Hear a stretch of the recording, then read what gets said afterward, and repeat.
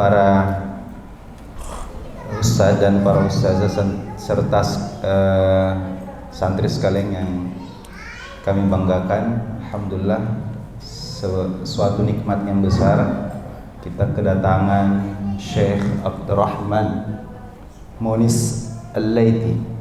Beliau dari Mesir, insyaallah telah mengimami kita ya salat Isya dan salat tarawih. Beliau adalah pemegang sanad ke-29 yang bersambung ke Rasulullah sallallahu alaihi wasallam. Saya duduk di sini bukan sebagai mutarjim ya, mendampingi beliau aja. Karena kata beliau bisa berbahasa Indonesia. Jadi alhamdulillah saya di sini cuman mendampingi aja, mutarjim bahasa Melayu. Bahasa Melayu, beliau pintar bahasa Melayu karena istrinya orang Malaysia ya. Insyaallah. Ada yang bisa tebak umurnya beliau berapa? Coba. Hah?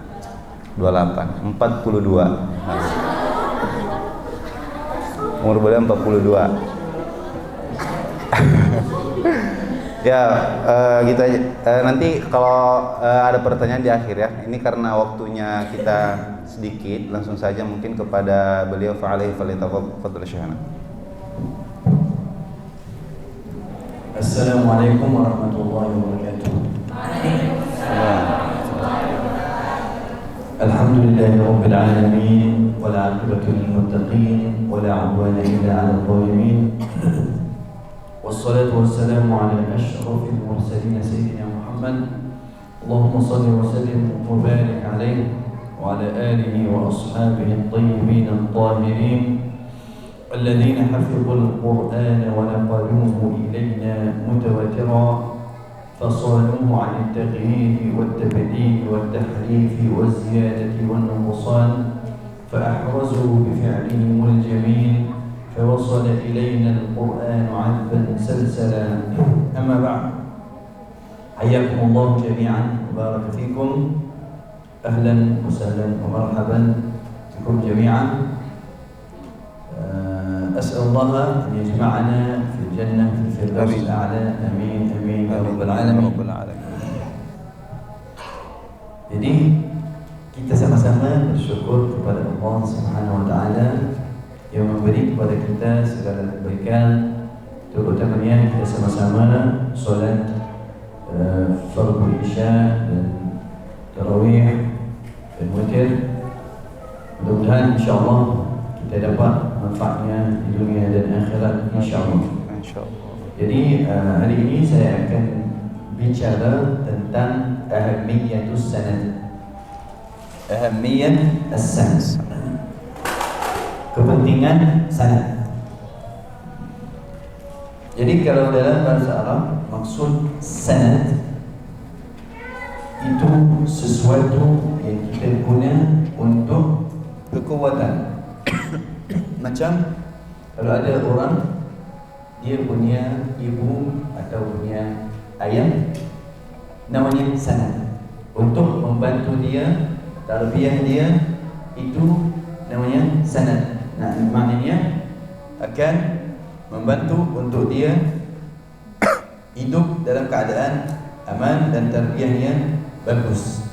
Itu adalah sanad.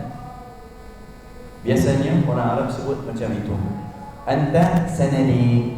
Kalau orang sudah tua, diguna tongkat sebagai sanad dia untuk dia guna untuk jalan. Tahu tongkat? Tongkat ya. Tahu. Okey. Jadi ni apa kaitan sanad dengan membaca Al-Quran? Dia sebagai sesuatu untuk kita guna dan menguatkan kita dalam membaca Al-Quran dan semua ilmu. Laula al-isnad laqala man syaa ma syaa. Kalau tidak ada sanad, setiap orang akan berkata apa kehendaknya. Jadi Allah Subhanahu wa taala memuliakan umat Islam, umat Nabi Muhammad sallallahu alaihi wasallam dengan sanad. Kalau umat-umat yang lain mereka tidak ada sanad. Sebab itu ada yang menyeleweng. Berkata meniru keseluruhan ini. Benar sih. Meniru ini Menyimpang. seperti dia tak ikut jalan yang lurus. Dia ke kiri, belok kiri, belok kanan dan lain-lain. Jadi tidak ada keturunan. Jadi sanad itu silsilah yang bersambung sampai ke Rasulullah sallallahu alaihi wasallam. Kullu ma wafaqa wajha nahwi wa kana lirasmi ihtimalan yahwi wa sahha isnadan. 3 rukun harus ada untuk kesahihan Al-Quran ini. Yang pertama, Al-Quran harus dengan bahasa Arab. Tak boleh Quran dengan bahasa selain daripada bahasa Arab. Wa kana lirasmi ihtimalan yahwi, dan berdasarkan tulisan Rasm Uthmani. Maksud tulisan Rasm Uthmani maknanya jumlah huruf yang tertulis di zaman Sayyidina Uthman bin Affan yang mereka dapat daripada Sayyidina Abu Bakar dari Rasulullah sallallahu alaihi wasallam. Jadi tidak ada perubahan, menambah huruf atau kurangkan huruf, sama jumlah huruf walaupun jenis tulisan Al-Quran atau jenis khat dalam Al-Quran ini berbeda.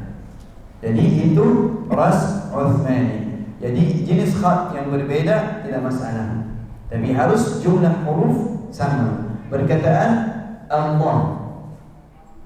Jadi dalam Rasm Uthmani tidak digunakan untuk kita adakan alif di atasnya. Kalau ada orang tambah alif, jadi dia ikut Rasm Uthmani. Alifnya tak boleh tulis. Hadf, ada kaedah rasm namanya hadf. Maknanya dibaca tapi tidak ditulis.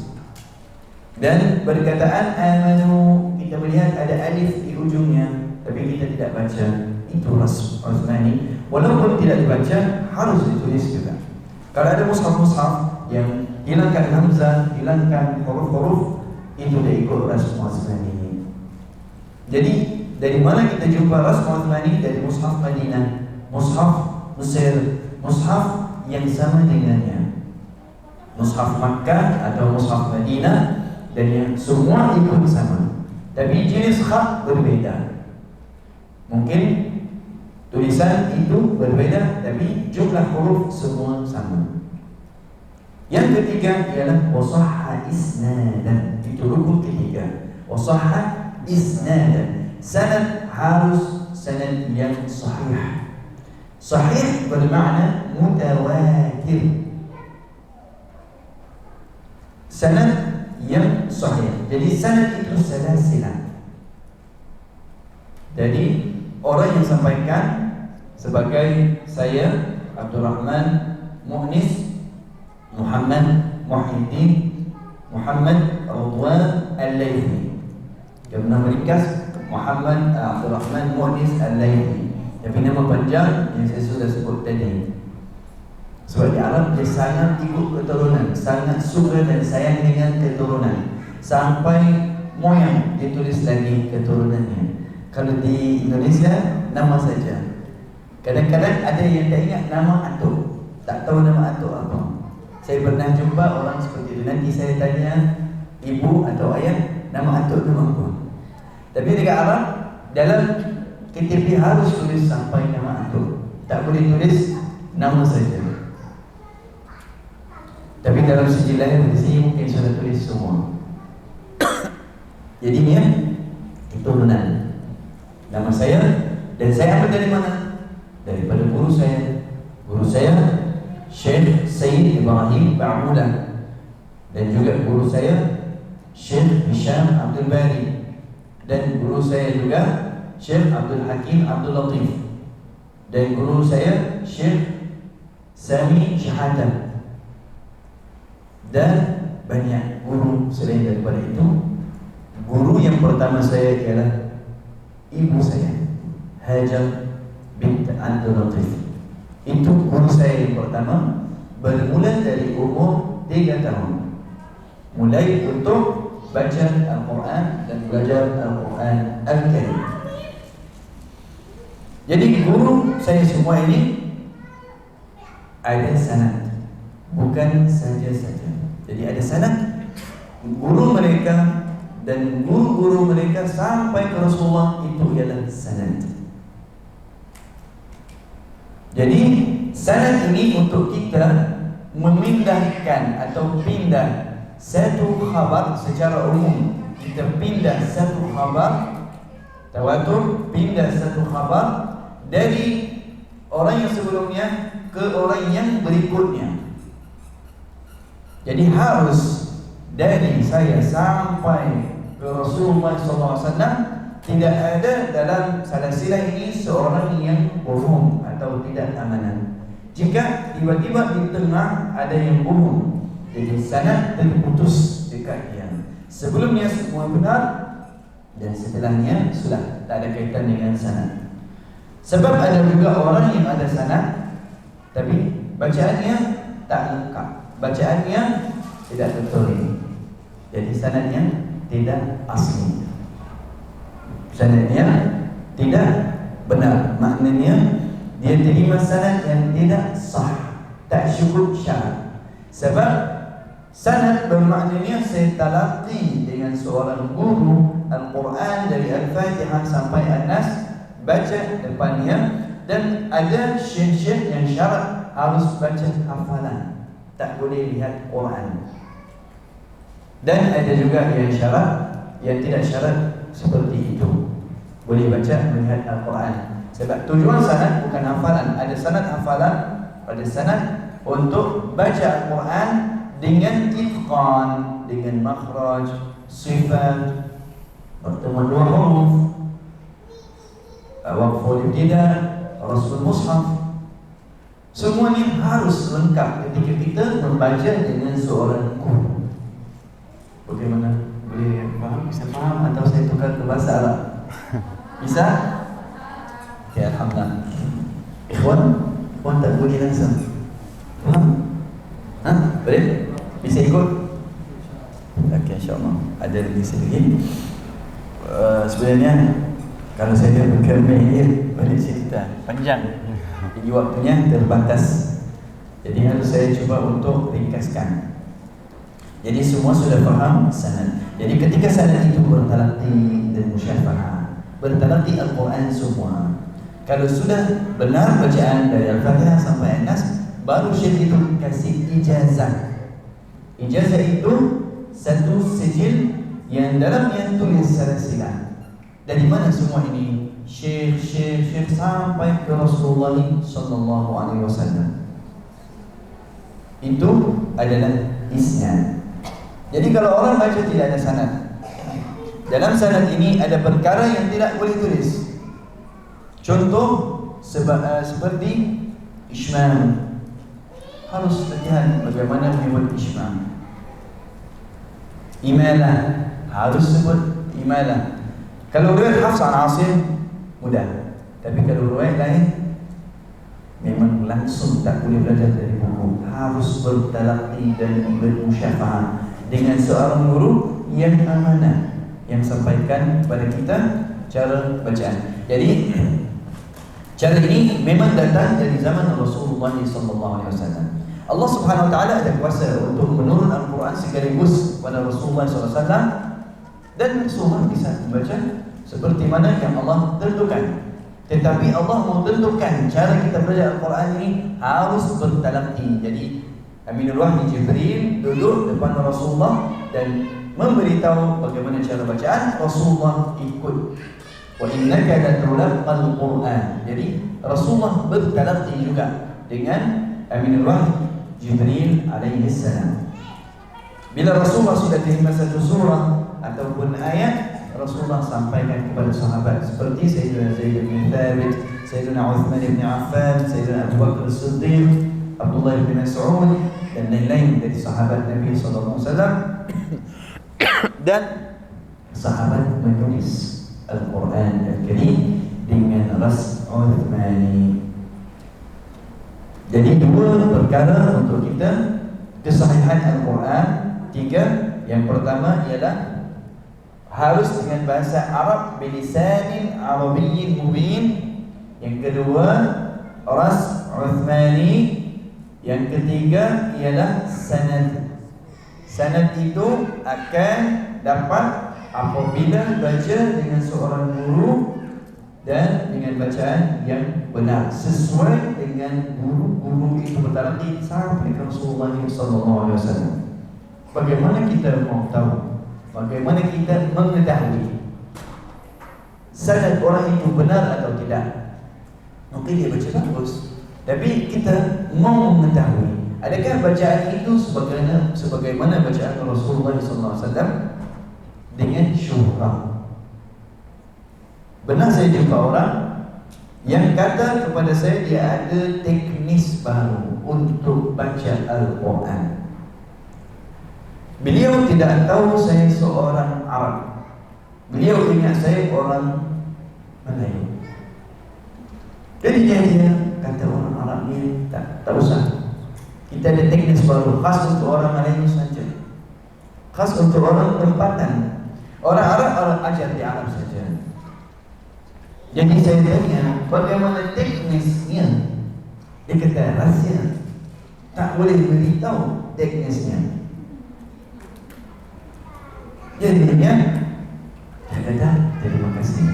Saya tanya guru anda siapa? Tidak ada guru. Teknisnya cipta sendiri. Jadinya apabila dia sudah tahu saya orang Arab, jadi dia mau sampaikan, tapi saya tidak terima saya.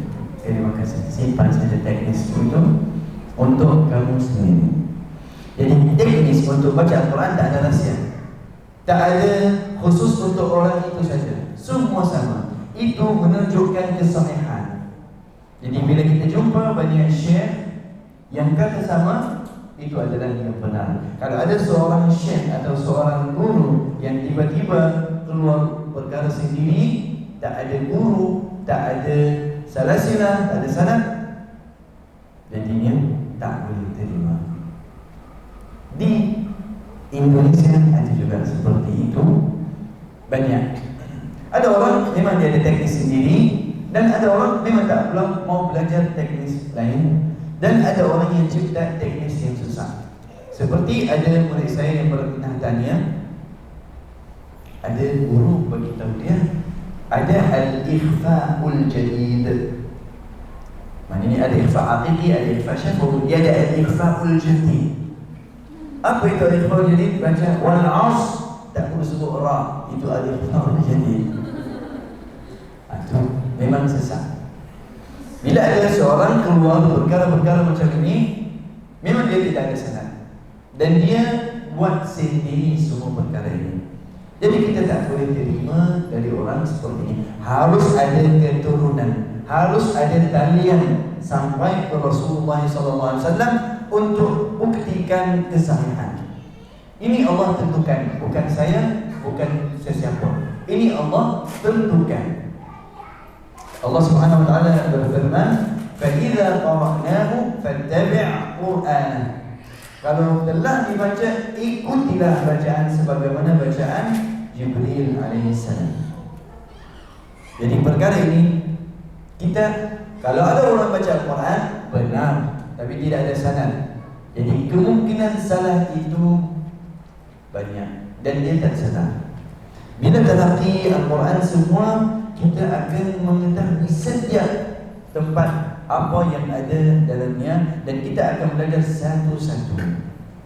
Jadi harus kita ambil dari ahlinya, tak boleh belajar dari orang yang tidak ada keahlian. Jadi alhamdulillah saya dengar daripada Ustaz tadi yang sudah beri, Ustaz Arafatul Hidayat. Ustaz Arafatul Hidayat, muassis Markaz Hidayah Quran. Beliau ada sana, Masya Allah, Tabarakallah. Jadi sesiapa yang datang di sini, alhamdulillah, tak salah alamat. Ini alamat yang betul. Dan harus bersungguh untuk belajar dan usaha. Jangan kejar mau khatam hafalan saja, itu tidak penting. Tapi setelah sudah bacaan sudah sahih, penting untuk kejar hafalan. Kalau orang kejar hafalan, bacaannya salah, capek. Sudah khatam, mau betulkan bacaan lagi, banyak. Jadi setiap apa yang kita hafal harus tasrih dulu dengan guru yang ada sanad, untuk kita memastikan bacaan kita itu sahih, tidak ada kesalahan. Cerita tentang cara bacaan ada 5 perkara. Yang pertama makhraj, yang kedua sifat, yang ketiga pertemuan di antara 2 huruf, yang keempat al-waqf wal ibtida, yang kelima rasmul mushaf. Kalau sudah tahu 5 ini, insya-Allah bacaan akan bagus. Sudah hafal semua dengan cara yang betul, khatam sekali lagi untuk tasrih, untuk menerima sanad. Lebih baik baca hafalan, tak perlu tengok Al-Quran. Jangan mudah-mudahan untuk buka Al-Quran dan baca. Cuba usaha sanad tidak masalah. Yang masalah tak mau kita, itu yang masalah. Jadinya yang buat kita semangat untuk belajar dan mengajar Al-Quran, kita ada di suasana seperti ini.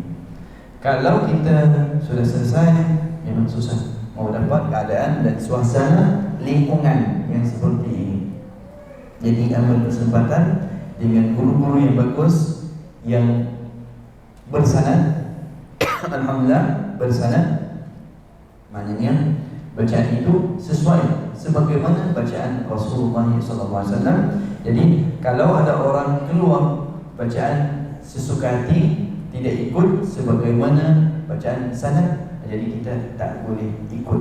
Harus ikut sanad, jangan ikut kata-kata. Di Arab ada juga orang yang baca salah, bukannya di Melayu atau Indonesia. Di Arab, di seluruh dunia ada orang baca salah. Kenapa dia baca salah? Coba dia tidak belajar. Ada orang ingat semua orang Arab fasih, baca Quran bagus, mantap sebab dia Arab. Tidak. Kalau dia tidak belajar, tidak ada kualiti bacaan. Jadi harus belajar. Sudah ada ilmu tajwid, sudah mantap semua. Yang kedua, kita tahsin, maknanya cuba untuk merealisasikan bacaan itu, ilmu itu dalam bacaan. Kemudian yang ketiga ialah kita cuba untuk khatam satu kali talaqi musyafah untuk menerima sanad. Orang yang ada sanad bukannya orang yang yang maksum, tak ada salah, tak ada apa-apa. Memang susah untuk dapat sanad. Kalau rasa senang dan mudah untuk dapat sanad, jadi sanad itu tak berkualiti. Tapi kalau rasa capek untuk hafal Quran, capek untuk menerima sanad, semua ini insya-Allah ada kualitas. Kalau kita mudah-mudahan orang tulis sanad ambil, tidak ada kualitas. Jadi kita tak boleh sampaikan kepada orang lain. Kita jumpa orang lain, tak tahu nak kata apa, dan cakap, lupa makhraj huruf dari mana, lagi lupa. Nanti saya merajaan dulu surah An-Nisa bergulanya apa. Lupa bukan Quran. Jadinya harus kita sentiasa membaca, sentiasa cuba untuk menjadi orang yang Nabi SAW bersabda, khairukum man ta'allama Qur'anan wa 'allama. Jadi alhamdulillah saya lahir dalam keluarga Quran dari kecil. Allah memudahkan saya alhamdulillah untuk lahir dalam keluarga Quran, dan semua di rumah sudah khatam alhamdulillah. Dari kecil, dari umur 3 tahun, 9 tahun sudah khatam. Dan ini usaha daripada ibu saya. Masa itu saya tidak ada tujuan, tak ada apa-apa, ikut saja apa suruhan dari ibu, dan adik-beradik yang lain semua ikut, dan ikut sama juga. Jadi ada juga di sini yang datang sini sebab ibu bapaknya tak, dan mungkin tak berapa suka, jauh daripada keluarga, susah, ujian dan lain-lain. Ujian, tetapi hasilnya bila sudah berusia seperti saya, jadi kita akan rasa Alhamdulillah, untunglah apa yang kita usahakan sebelum ini. Kalau sekadar kita mau selesai khatam dan balik tinggal, Al-Quran ini ialah projek sepanjang itu, bukan selama berada di markaz Hidayah Al-Quran Hidayah, Markaz Hidayatul Quran. Bukan sekadar kita selesai tinggal terus. Al-Quran ini teman sepanjang hidup. Dari saat masuk di sini sampai akhir hayat. Kalau ada yang berniat untuk khatam lepas itu tinggal, saya sebut al-baqa'u lillah. Inna lillahi wa inna ilaihi raji'un. Kalau niat takziah, kalau kita mau khatam selesai, alhamdulillah sudah hafizah, sudah hafiz, tinggal sadaqallahul azim, inna lillahi wa inna ilaihi raji'un. Tapi sudah khatam, setelah khatam ada sistem untuk murajaah. Setiap hari saya akan murajaah 2 juz atau 3. Jadi untuk hafalan. Orang yang hafalannya kuat, murajaah Al-Quran semua atau apa yang dihafal dalam tempoh 7 hari.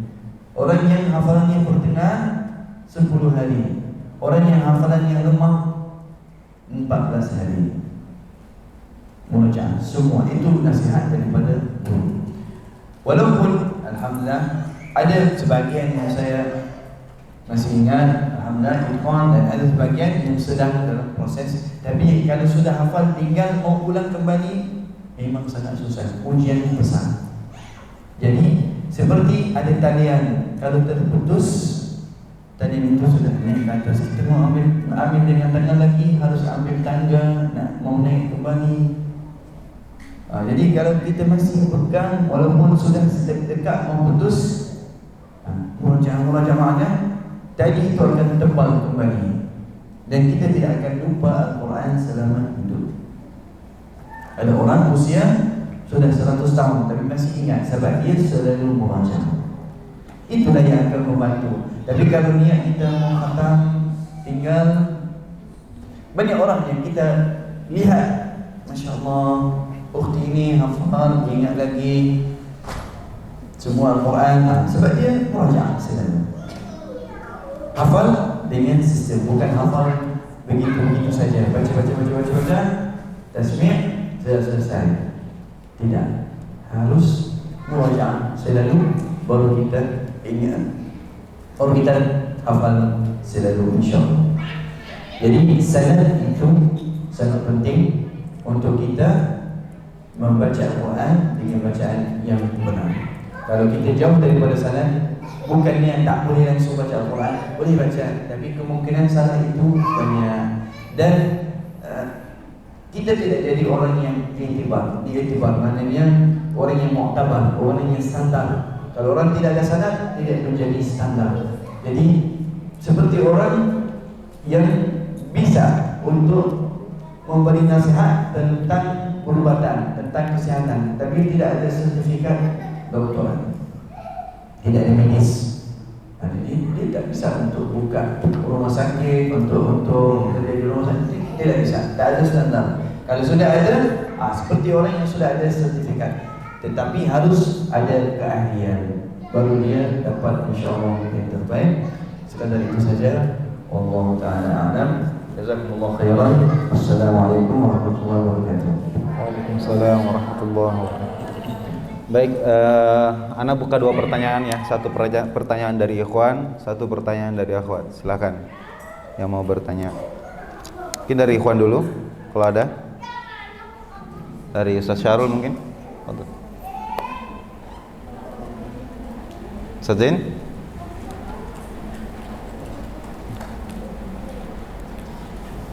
Dari akhwat. Bu Manajer, ada pertanyaan? Ayo.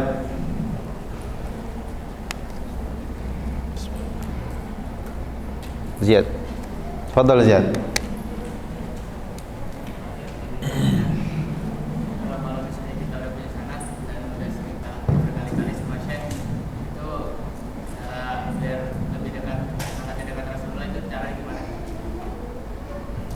apa dekat dengan sunnah?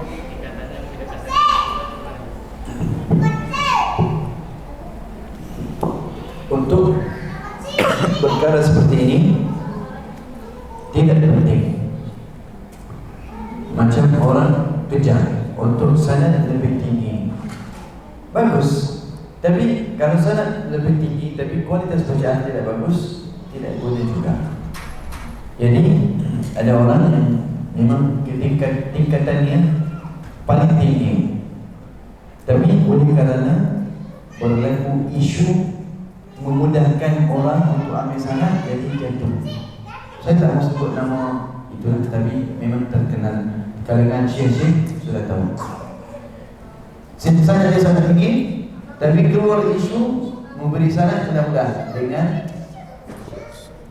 jadinya itu. Walaupun tinggi tidak diiktiraf. Jadi sekarang ini di antara tertinggi guru saya Syekh, salah satunya Syekh Hisham Abdul Bari, sanad tertinggi. Di antara tertinggi, bukan dia seorang saja, ada syekh-syekh yang lain juga sama. Sebab dia ambil dari satu syekh yang tertinggi dunia. Dan kualitas bacaannya sangat bagus. Jadi siapa yang ikut sama bagus. Tapi kalau kejar tinggi tapi kualitas tak bagus, dia tidak guna. Tapi lebih bagus kita cari yang tinggi, yang sanad tinggi. Itu lebih bagus. Tapi kalau tak jumpa, kalau orang ada sanad tak tinggi tapi kualitas bacaan bagus, okey, tidak masalah. Tidak ada aib, tidak ada kurang, okey saja. Yang penting kualitas, sebab tujuan sanad itu tidak mau baca dengan kualitas yang bagus. Bukan tujuan sanad mau tunjuk saya ke berapa, saya ke berapa.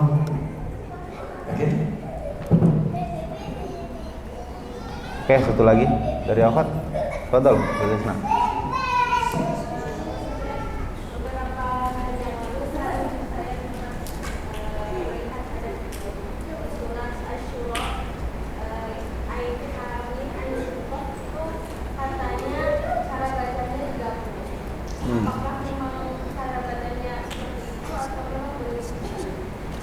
Dia satu ayat Hamim, satu ayat Ain Sin Qaf, ayat yang berikutnya. Jadi boleh berhenti, boleh lanjut, tidak ada masalah. Tidak wajib harus kita lanjut. Tapi kalau ada yang mau lanjut, lanjut. Oh berhenti. Okey, dua-dua benar, tidak salah. Baik, mungkin Ustaz Fadal terakhir ya.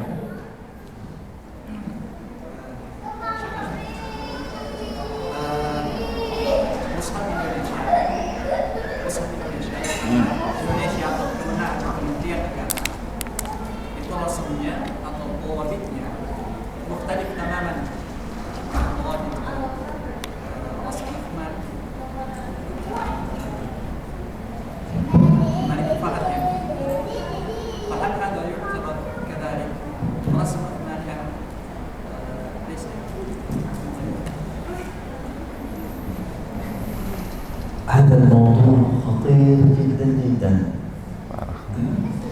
هناك قاعدة سأجيب باللغة العربية. هل أنت تعرف اللغة العربية؟ تمام. هناك قواعد في رسم المصحف تم تحديثها في المدينة ربما وجدت هذه القواعد هنا ولم تتغير مع مرور الزمن، احتفظوا بالقديم. فإذا نريد أن نعرف عن رسم المصحف الإندونيسي لابد أن نرجع على من كتب هذا المصحف، يعني لجنة تصحيح مصحف إندونيسيا، نرجع إليهم ونسأل لماذا كتب هذا بهذه الطريقة، لماذا حذف هذا، لماذا وضع هذا. ولم يجبروا أحدا على أن يستخدم المصحف الإندونيسي. هل واجب أن تستخدم؟ هل واجب عليك أن تستخدم؟ ليس واجب، اختر ما شئت. تريد مصحف مدينة؟ أهلا وسهلا. تريد مصحف يعني بالنسبة لنا ليس مشكلة. حسب المناهج عندما تعلم الأطفال مثلا المنهج التعليمي، مثلا منهج الإقراء المشهور لازم عندما ينتهي بمنهج القراءة لازم يبدأ يستخدم يستخدم حتى ينتهي من الدراسة، وبعد أن ينتهي يتعلم مصحف مدينة. انتهى، ليس مشكلة، يعني يتعلم للامتحان فقط، وإذا ينتهي يأخذ مصحف مدينة إن شاء. وقيل أن أصل كتاب الدراسة المسلم قيل من باكستان وأيضا قيل أصله من